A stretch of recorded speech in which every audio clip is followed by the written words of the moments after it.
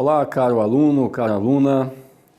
Continuamos essa nossa construção deste saber ao entorno das Escrituras.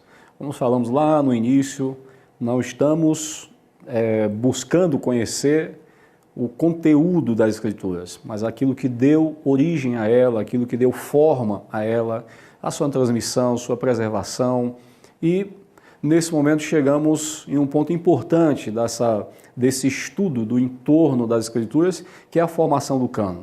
Um assunto que já trouxe muitos debates, um assunto importante para esse estudo a respeito das Sagradas Escrituras, e nós vamos ver agora nesse nosso estudo a respeito da formação do cânon, uma perspectiva não apenas desses entornos históricos, isso é importante, mas principalmente a importância da comunidade de fé, a presença da comunidade de fé, a participação da comunidade de fé na elaboração, no surgimento desse texto em forma deste conjunto que conhecemos hoje, organizado como um códice, como aquilo que nós chamamos de cânon, né?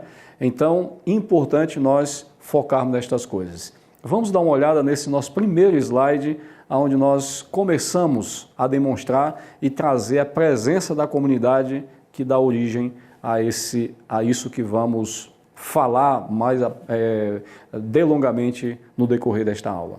Deus se revela pela e para a comunidade. O que veremos nestas nossas considerações é que Deus resolveu se revelar no seio da humanidade, se valendo de suas estruturas, conhecimento e respostas. A história do cânon demonstra que tudo se desenvolve nos encontros e desencontros humanos. Por isso, uma tradição tem uma lista de livros, ao passo que outras tradições adotam outros. O que nós estamos dizendo com isso? É que a história do cânon, quando nós vamos estudar a história do cânon, nós estudamos a sua relação comunitária, porque o cânon ele tem sentido na presença da comunidade, dando vida à comunidade. Então, algumas perguntas são feitas e são importantes no estudo ou naquilo que vamos estudar no decorrer desta aula. Dê uma atenção especial a esse slide no que diz respeito a estas perguntas que pretendemos responder no decorrer deste nosso encontro. Como se formaram o Antigo e o Novo Testamento? Por que alguns ficaram de fora, alguns livros ficaram de fora, né? Qual é a importância dos concílios, ou desses encontros dos pais da igreja, da liderança da igreja naqueles primeiros séculos? Qual é o impacto das traduções? Como a Bíblia chegou até nós? Então essas são perguntas que nós queremos abordar ao decorrer da nossa aula. Vamos tentar responder vendo essa construção histórica da formação do cânon, mas não apenas da formação do cânon lá no primeiro século, com os pais da igreja até a Reforma, mas como que as traduções, inclusive até chegar a essa tradução em português, como que nós somos beneficiários de toda essa história no decorrer do desenvolvimento da igreja e o desenvolvimento desse livro, não do conteúdo, mas da forma na transmissão como ele chega até nós.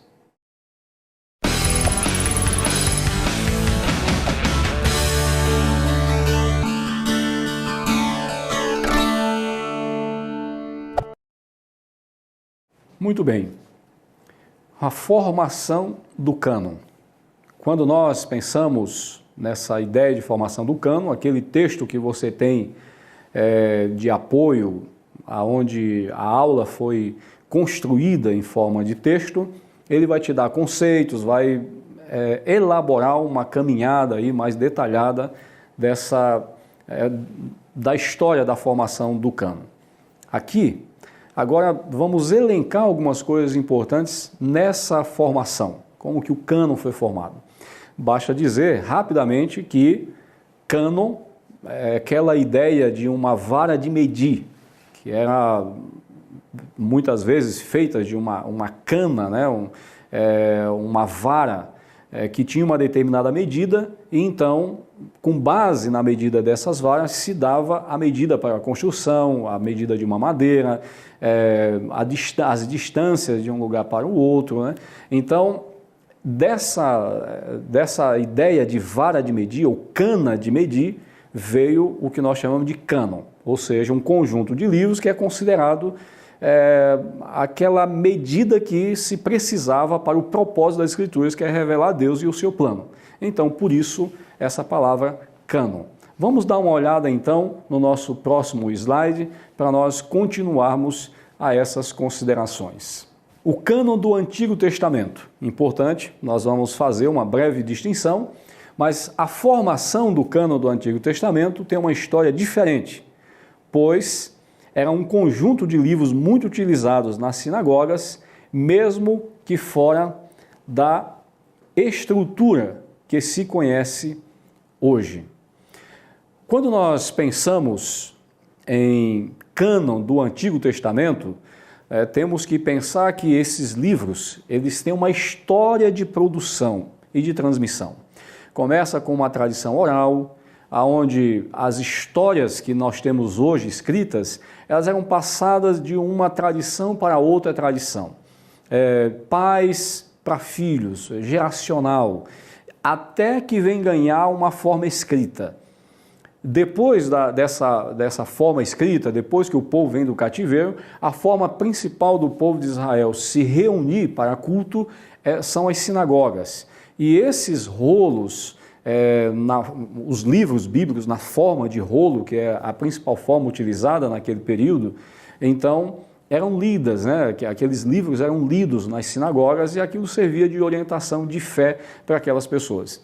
Com o tempo, esses livros vão, um tipo de lista de livros vai sendo aprimorado e ficando definido até finalmente aquilo que se tem, que vai se conhecer, ou que vai ser conhecido, posteriormente como Antigo Testamento para os primeiros cristãos e Tanakh para os hebreus ou para os judeus, como gostaria de nós vermos agora, mostrar para você no nosso próximo slide. O Tanakh é o que nós cristãos chamamos de Antigo Testamento. O Tanakh ele era dividido na lei ou Torá, o Neviim, um outro conjunto de livros, ou profetas, e Ketuvim, que eram os chamados escritos, né? Então, eram essas as três principais divisões daquilo que nós chamamos de Antigo Testamento e os judeus chamavam de Tanakh. Inicialmente, na verdade, só se tinha duas divisões. Essa terceira divisão vai ser acrescentada posteriormente. A Septuaginta é um outro elemento importante porque ela foi a tradução do Antigo Testamento para a língua grega. Um texto feito aí no final, ali mais ou menos do terceiro século até o primeiro século, e esse conjunto de livros são traduzidos da língua hebraica para a língua grega. E essa vai ser uma tradução que vai influenciar fortemente a tradição cristã que se inicia ali no primeiro século. Como nós podemos ver, o Antigo Testamento, a formação do cânon do Antigo Testamento, ela tem uma história, né? Ela não surge do nada. Essa forma que nós conhecemos hoje, ela vai sendo incorporada um livro ao outro, um conjunto de livros a outro, que vai recebendo um nome, esse conjunto de livros. Depois, outros livros com características parecidas vão se juntando em blocos e aí até chegar a essa formação que nós conhecemos hoje.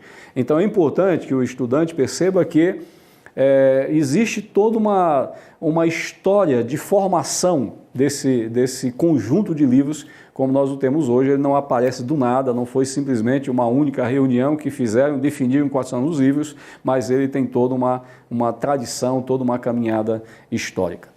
Um outro momento importante, ou um outro aspecto importante da formação do cânon, de uma vez que olhamos a formação do Antigo Testamento, é importante nós olharmos a formação do Novo Testamento. Vamos dar uma olhada no nosso material para nós discorrermos sobre algumas coisas no que diz respeito à formação do cânon do Novo Testamento.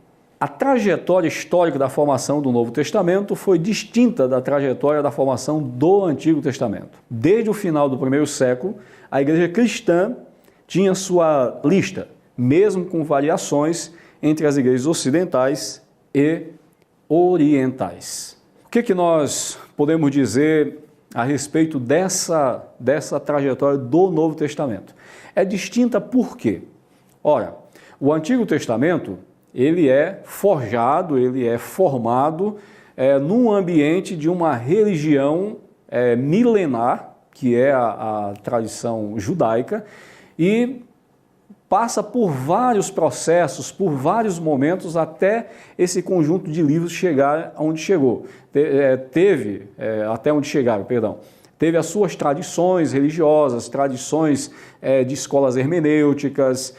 Então não foi tão fácil também chegar a essa formação que chegou. Mas o Novo Testamento, ele tem uma história diferente porque ele se dá dentro da comunidade de fé do Novo Testamento. As igrejas, as comunidades de fé são aquelas principais responsáveis pela vida, pela vitalidade, vamos dizer assim, ou pela escolha, melhor dizendo, desse conjunto de livros. Diferente do Antigo Testamento, a comunidade de fé vai ser a força preponderante para definir quais livros deveriam fazer parte do cânon, pois a comunidade local é que começa a usar esses livros e vai dando credibilidade e chamando a necessidade desses livros cada vez mais serem utilizados. Vamos dar uma olhada nesse último slide para nós vermos como que isso exatamente se deu. A importância das comunidades de fé locais, aquilo que nós já falamos. As comunidades de fé, elas são importantes para definir quais livros tinham autoridade, estavam de acordo com todo o fluxo de revelação, de fé que estava que estava vindo na história da fé. Começa com uma tradição oral, como é o caso dos ensinos do Evangelho, né? Aquilo que era ensinado pelo Evangelho, aquelas cartas que o apóstolo Paulo escreveu, nem todas receberam ao mesmo tempo, uma organização de uma lista aceita nas reuniões públicas. Então, à medida que o tempo vai passando, as comunidades começam elas definindo listas. Esse livro aqui é utilizado, esse livro aqui não, e até então chegar no momento onde os líderes da igreja cristã daqueles primeiros séculos já sabem que as igrejas locais, alguns livros, elas dão caráter de livro inspirado, livros que estão no fluxo da revelação, estão de acordo com aquilo que vem sendo dito pelas Escrituras, e aqueles que eram livros escritos por pessoas de excelente fé, de credibilidade, porém não estava dentro desse entendimento de fluxo de revelação.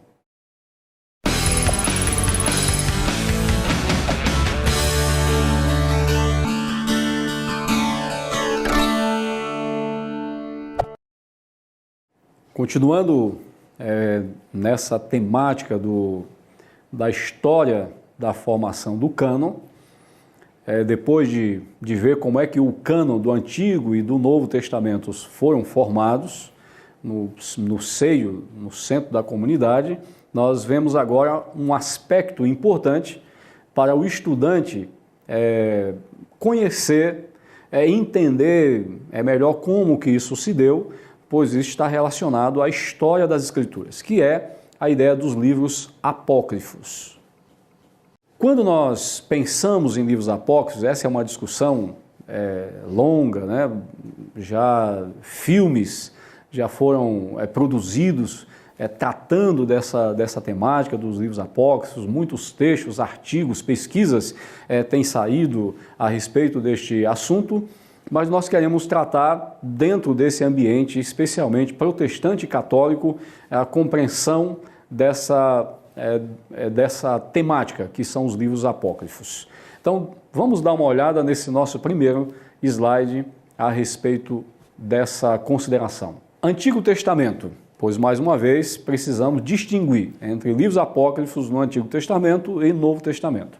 Como a igreja do primeiro e do segundo século foi definida uma lista daqueles livros que chegariam a ser considerados canônicos. O que caracterizava aqueles que foram considerados totalmente recusados pela mesma igreja? Podemos ver esse desenvolvimento nos dois cânones. Mas uma das coisas que nós vamos perceber, no caso do cânone do Antigo Testamento, é que há uma diferença significativa. Primeiro, fazemos essa diferença entre cânon protestante e cânon católico.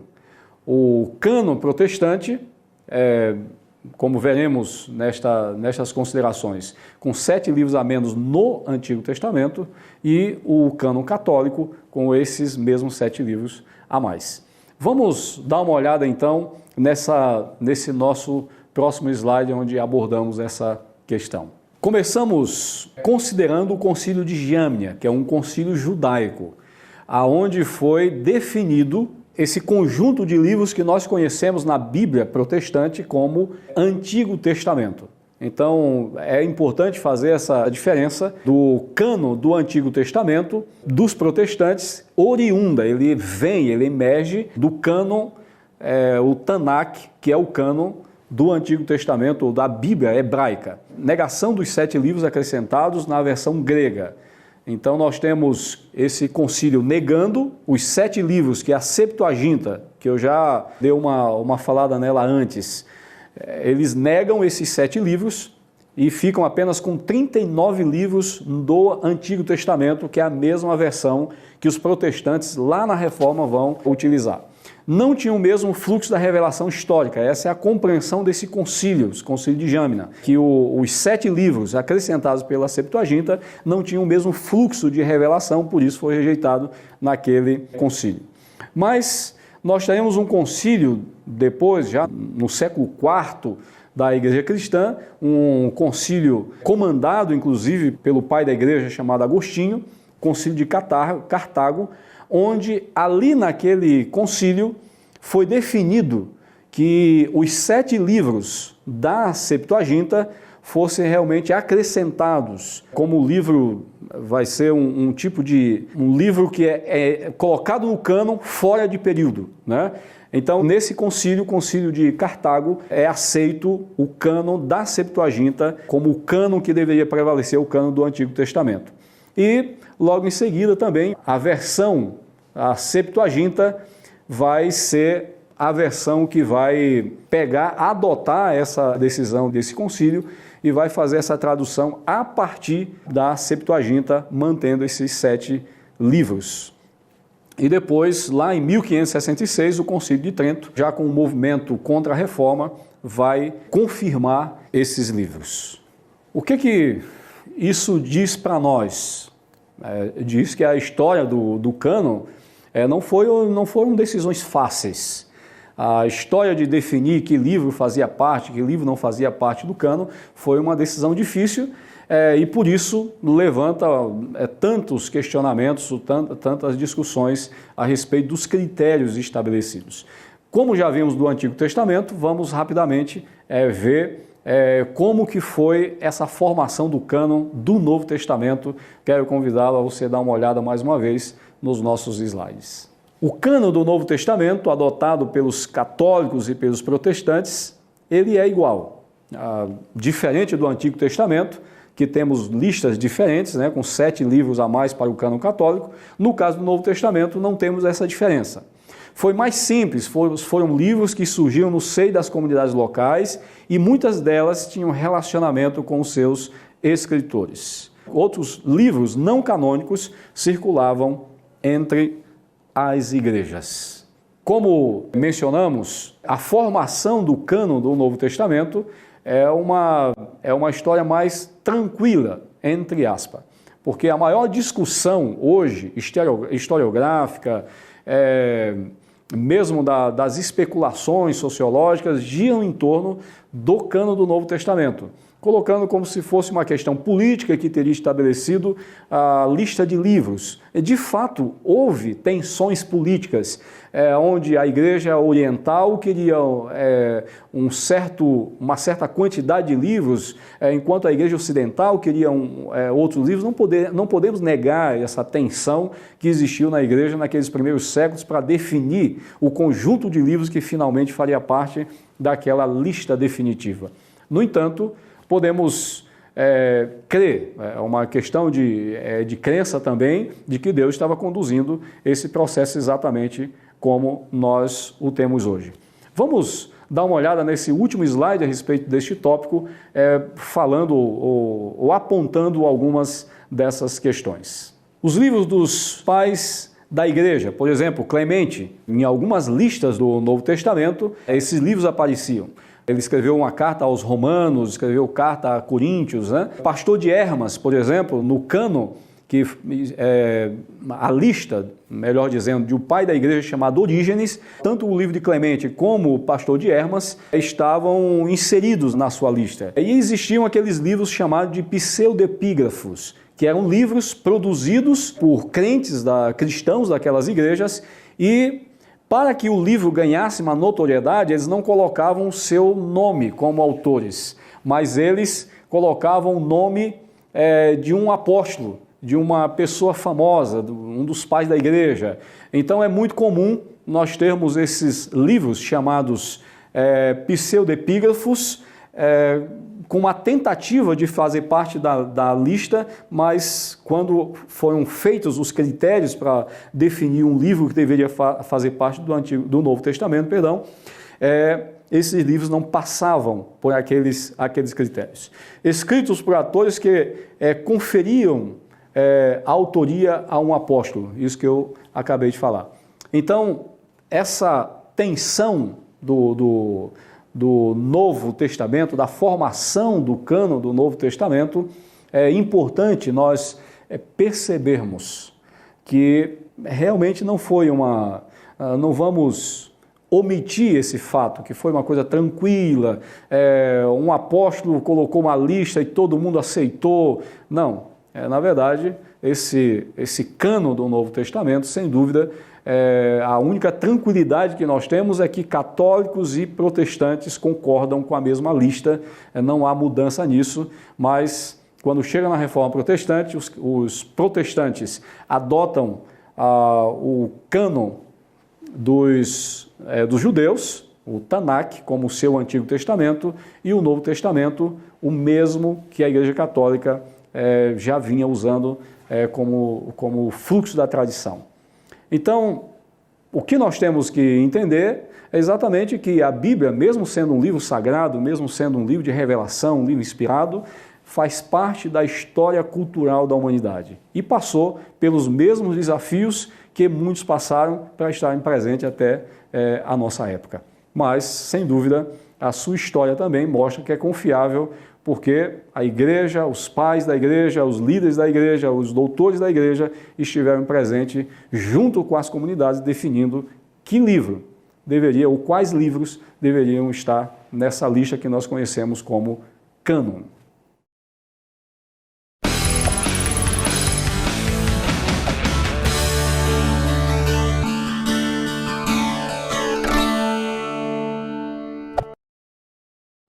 Nós estamos falando sobre o cânon e temos falado que esse documento, essa lista de livros tão importante para a tradição cristã, foi forjado em meio a, sem dúvida, tensões.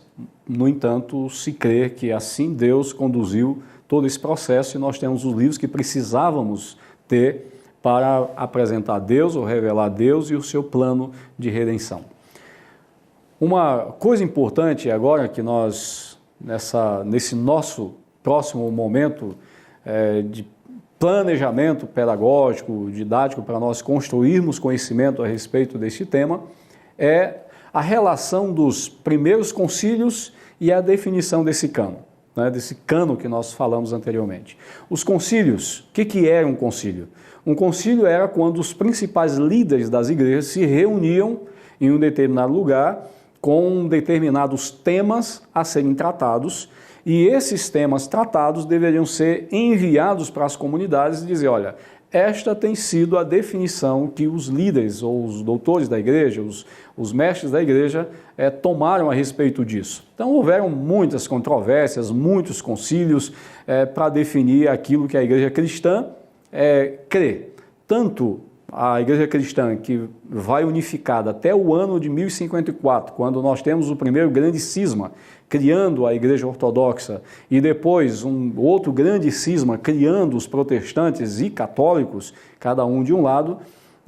Antes disso, nós temos os concílios, que foram os principais instrumentos de ajudar a igreja a definir sua fé, a definir sua crença, sua prática. Então, os concílios sempre foram importantes. O primeiro concílio da era cristã é um concílio de Jerusalém, onde as questões ali eram questões mais de se era preciso abandonar as questões do judaísmo e adotar apenas a liberdade em Cristo para a salvação.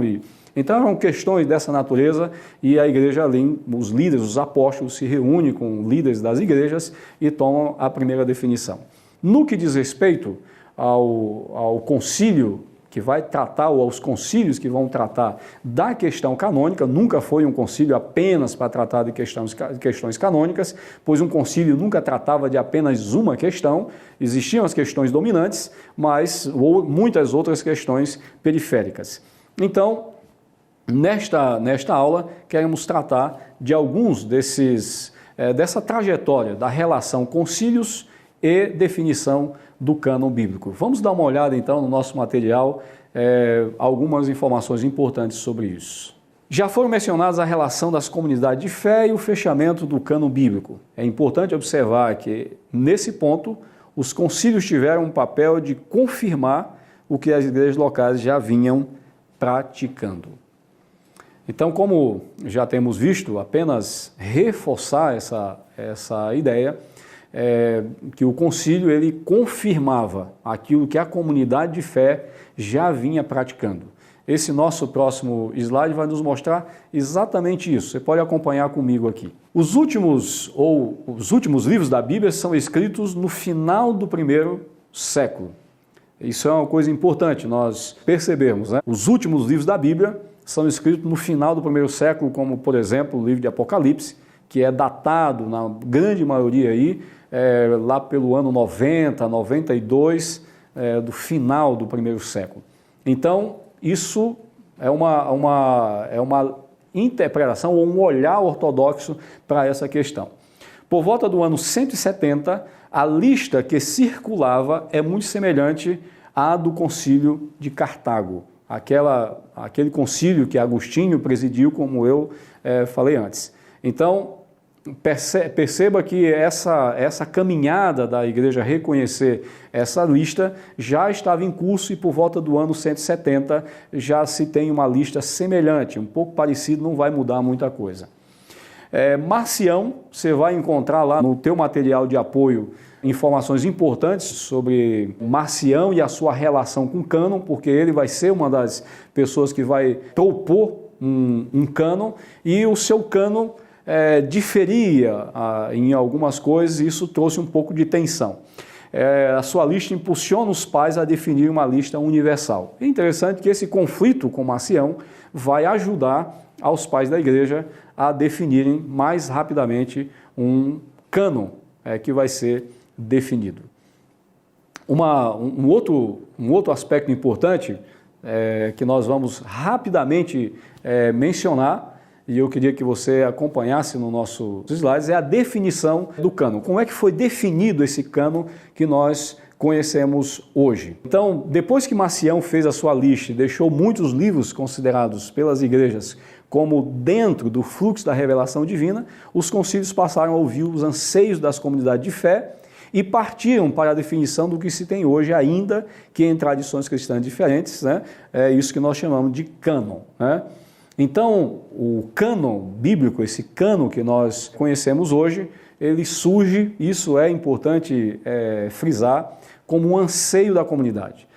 de uma vez que muitos propõem listas, a comunidade ou as comunidades de fé, elas julgam importante e necessário que haja uma definição logo por parte dos líderes da igreja, daquilo que a igreja já professava. Vamos dar uma olhada nos nossos slides, alguns pontos importantes sobre isso. Códice Muratoriano, que é um códice que provavelmente, um códice encontrado e publicado em 1940, que provavelmente ele serviu de base teria servido de base, né? Ele é datado provavelmente lá do ano 170, e ele teria sido a base para esse cânon que nós conhecemos hoje, que nós utilizamos, essa lista de livros. Nós vamos ter uma lista de Atanásio, né? Atanásio vai propor uma lista, vai fazer uma carta, chamada Carta de Páscoa, e vai, lá por volta dos anos 370,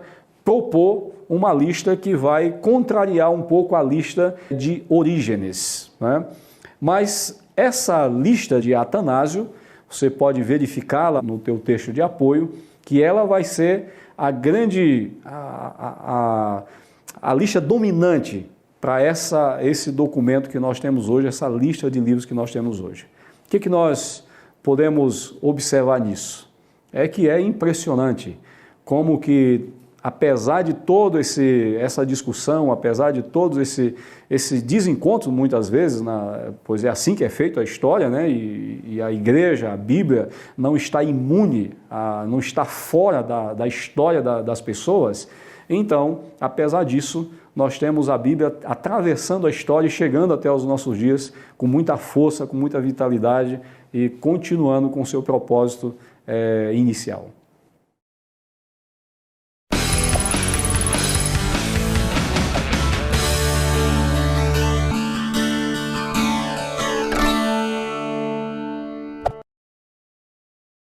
Muito bem, ainda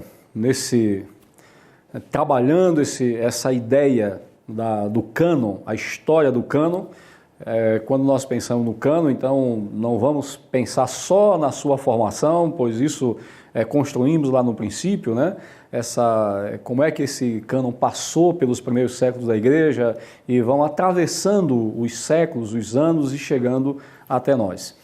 Um instrumento, uma ferramenta importante para que a Bíblia saísse do Império Romano, saísse daquele domínio unicamente hebraico e grego, uma coisa importante foram as traduções. Primeiro, nós vamos ver duas coisas importantes na questão das traduções. Nós vamos ver especialmente a Septuaginta. Então não é necessário falar muita coisa da Septuaginta, pois já mencionamos aqui algumas vezes a relação dela com a formação do cânon, e a Vulgata Latina, e especialmente a tradução para o inglês. Temos muitas outras traduções extraordinárias que poderíamos falar bastante coisa sobre elas, mas por questão de espaço vamos nos resumir nessas traduções que causaram um impacto muito grande para que a Bíblia crescesse no seu impacto, na sua expansão, no seu alcance de muitas outras pessoas. Então vamos começar da Septuaginta. Eu quero convidar você então para o nosso slide. As traduções representaram um avanço ao impacto da Bíblia para além dos povos de fala hebraica e grega e algumas outras pouco abrangentes culturalmente. Quando foi feita a tradução dos textos sagrados hebraicos para o grego, foi dado um grande passo para a universalização daqueles textos. Vamos olhar então alguns desdobramentos dessa ideia da Septuaginta como tradição que causou impacto no crescimento, na divulgação das Escrituras. Primeiro, considerar que foi o rei Ptolomeu, o anseio de que esse texto, essa Bíblia, que se conhecia apenas em hebraico, uma língua difícil, uma língua não universalizada, uma língua restrita ao gueto hebreu, então e uma vez que o Império Grego havia crescido, se expandido muito além de do mundo conhecido daquela época, onde o hebraico e o aramaico era bastante falado, bastante conhecido, então havia necessidade que o mundo grego, como intento político, intento cultural, que a Bíblia, o livro mais importante, ou o conjunto de crenças religiosas mais importante que reuniam reunia essa crença judaica, viesse para a língua grega e causasse um impacto cultural sobre outros povos. Então, nós vemos que o rei Ptolomeu e o anseio das comunidades de fé, né, trouxeram essa tradução do Antigo Testamento da língua hebraica para a língua grega, né? Sobre essa lenda, eu coloquei lá no texto que você tem acesso, para você considerar que como é que se deu essa tradução. Há uma lenda de que o rei o imperador teria chamado pessoas, 72 pessoas, e teria colocado em lugares diferentes, e essas pessoas teriam trabalhado nessa tradução e depois teriam se encontrado e as traduções eram perfeitas. Isso está mais no campo da lenda do que um fato realmente histórico. Essa tradução ela foi um instrumento teológico para a igreja cristã. Por quê? Os apóstolos, uma parte deles, já não falavam a língua hebraica, portanto, não teriam acesso ao Antigo Testamento se esse conjunto de livros não tivesse sido traduzido para a língua grega. Então, a Septuaginta foi um grande instrumento teológico para que os apóstolos compreendessem a literatura do Antigo Testamento e fizessem uma interpretação desse texto, uma interpretação até certo ponto teológico, para identificar Jesus e as suas palavras. Serviu de base para outras obras de tradução. Então, por exemplo, como nós vamos falar mais adiante, da tradução de Jerônimo. Vamos, então, para um outro momento, onde nós, além da tradução da Septuaginta, olhar outras traduções que foram importantes para que a Bíblia ficasse conhecida, que a Bíblia fosse para outras línguas, expandisse a sua influência. Outras traduções importantes emergiram do seio da igreja dos 4 primeiros séculos até os nossos dias. Muitas delas causando impactos culturais incalculáveis.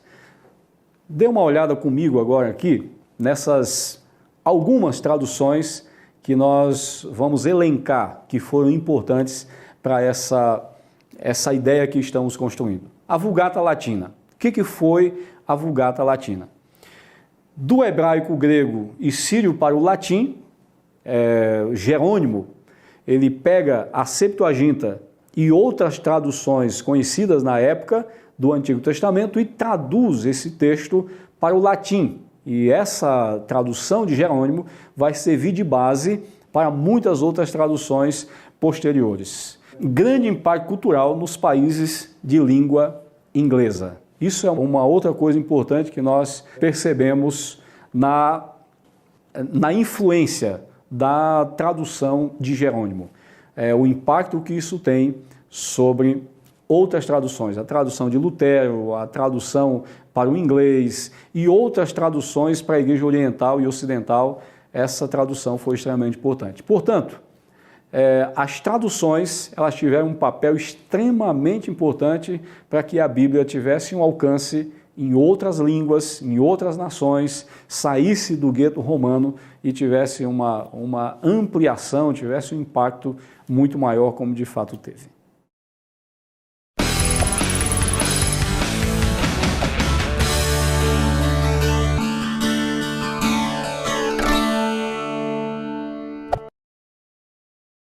Nesse último momento dessa nossa construção, deste saber tão importante a respeito da formação do cânon, nós concluímos com uma tradução que tem um impacto direto conosco, que é a tradução da Bíblia para o português.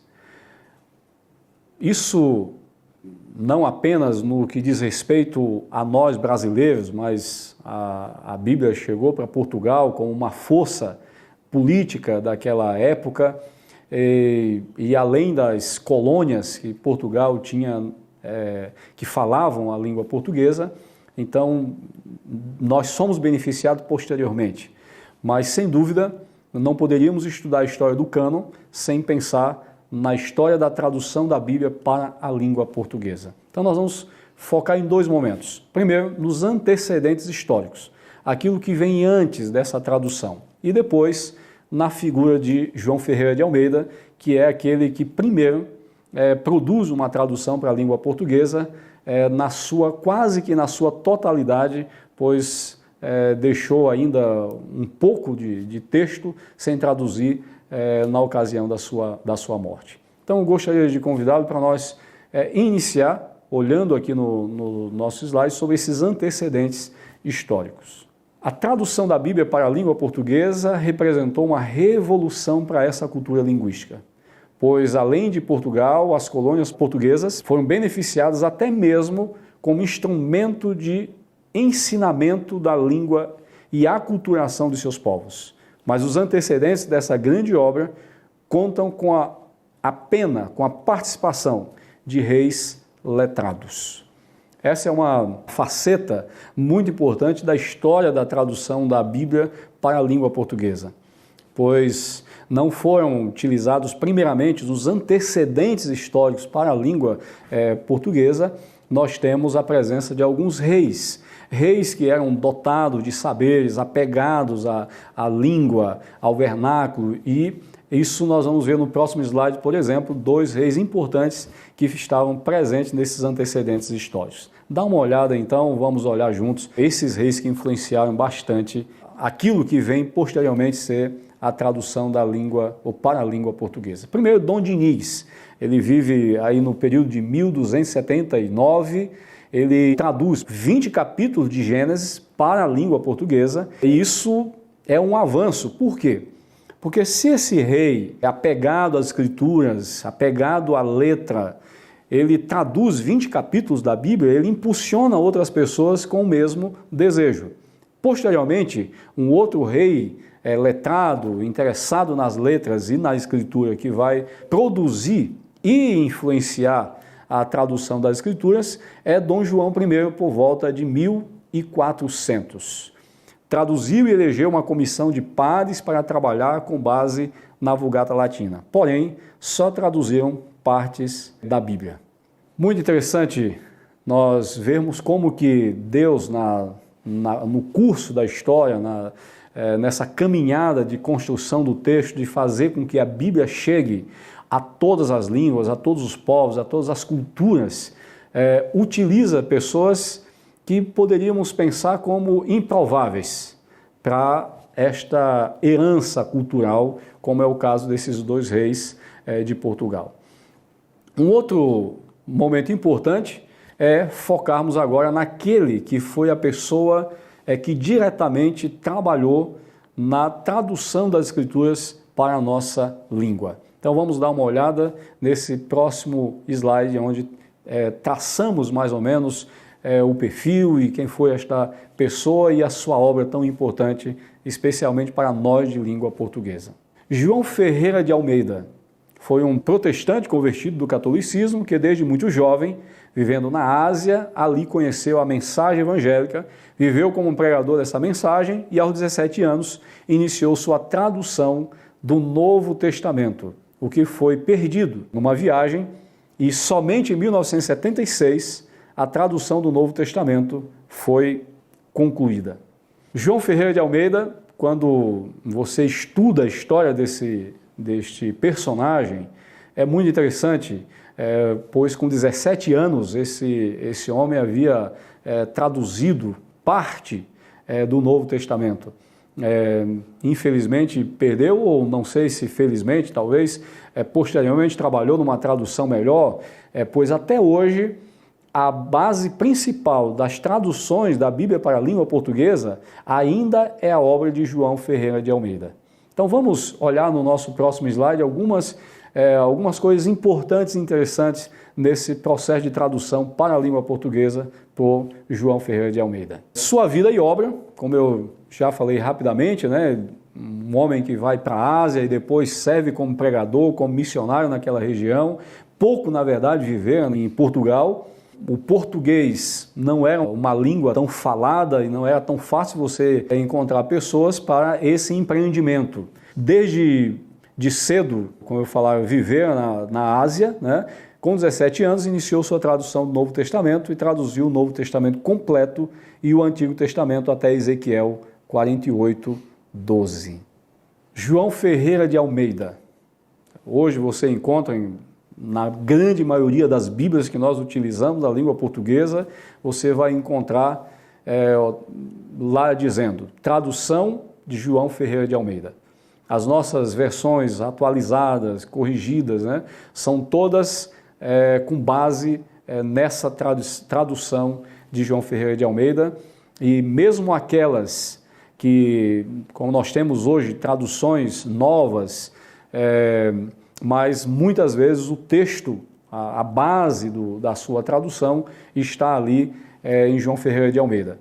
Então a história das traduções são histórias impressionantes e que nos mostram como que Deus não apenas revela, não apenas inspira, não apenas dá unidade, não apenas confere caráter autoritativo nas Escrituras, mas também conduz para que a sua palavra chegue em todas as línguas, em todas as etnias, em todos os povos, pois esse é o seu desejo.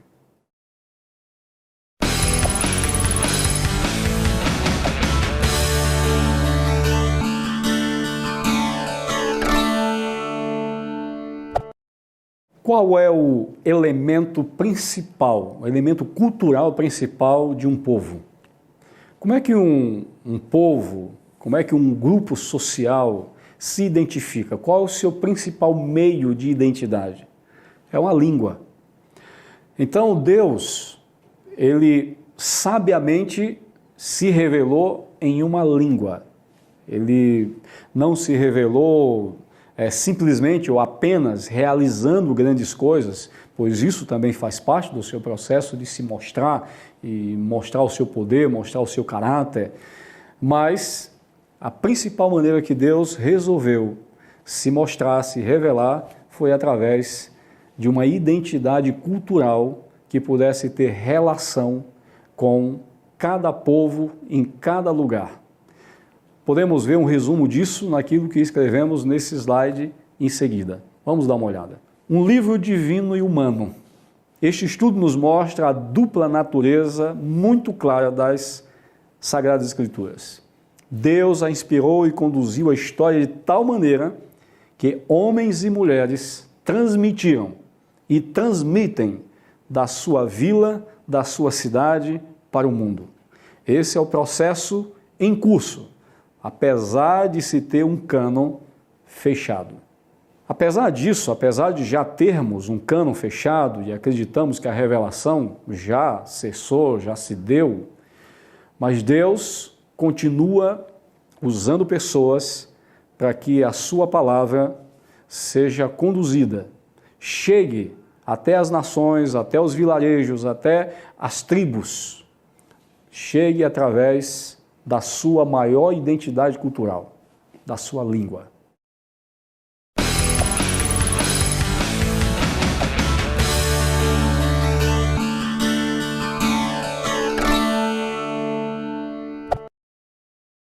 Finalizando então a nossa aula, depois de termos visto desde o Antigo Testamento, desde as tradições mais remotas dos judeus, homens de fé, como que eles preservaram, como que trataram esse texto, esse conjunto de texto, como que este fluxo adentrou a história da igreja cristã no primeiro século, passou pela história, pelos movimentos culturais e chegou até os nossos dias. A importância da preservação, da transmissão desse texto tão importante para nos falar de vida, do plano de Deus e apresentá-lo como um Deus que faz sentido em todos os tempos, pois somos criaturas suas, formação sua. Então, sem dúvida, as Escrituras é o livro que Deus fala do seu plano e como deseja se relacionar conosco. Vamos dar uma olhada, então, nesses próximos 2 slides, como que nós resumimos essa ideia. Primeiro, Deus entrou na história falando a língua das gentes em suas respectivas culturas e os lugares de sua habitação. Tornou isso claro, forjando em um único rolo ou livro, espalhando por todos os cantos da terra. Podemos dizer que, com certeza, Deus, assim como no passado, visitou um casal numa estrebaria e teve a visita de pessoas que tinham anseio por Deus. Ele continua ainda hoje visitando pelas Escrituras Sagradas, usando pessoas para levá-la. Então vamos finalizar esse último slide recapitulando esses 5 tópicos que nós abordamos nesta aula. Como o cânon foi formado? O que ficou de fora e por quê? A relação do cânon com os primeiros concílios. Finalmente, a Bíblia chega a muitas línguas, chega à ponta da Península Ibérica, que é Portugal, atravessou os mares e chegou até nós. Que coisa extraordinária. Caro estudante, nesta aula de hoje, fizemos uma emocionante viagem pela história, vendo um Deus que conduz essa história, conduz o processo de transmissão, de preservação da sua palavra e o processo de ampliação, não do conteúdo, mas da sua abrangência. Cada vez mais as Escrituras chegam em novas tribos, em novos povos, em novas línguas, isso por esse processo que começou lá atrás, da formação desse cânon até o seu fechamento, as suas traduções, chegando à língua portuguesa e hoje as associações, as entidades que cuidam das Escrituras, espalhando, se responsabilizando, assumindo essa tarefa de fazer com que a Bíblia chegue cada vez mais onde pessoas falam uma língua como a sua identidade principal cultural.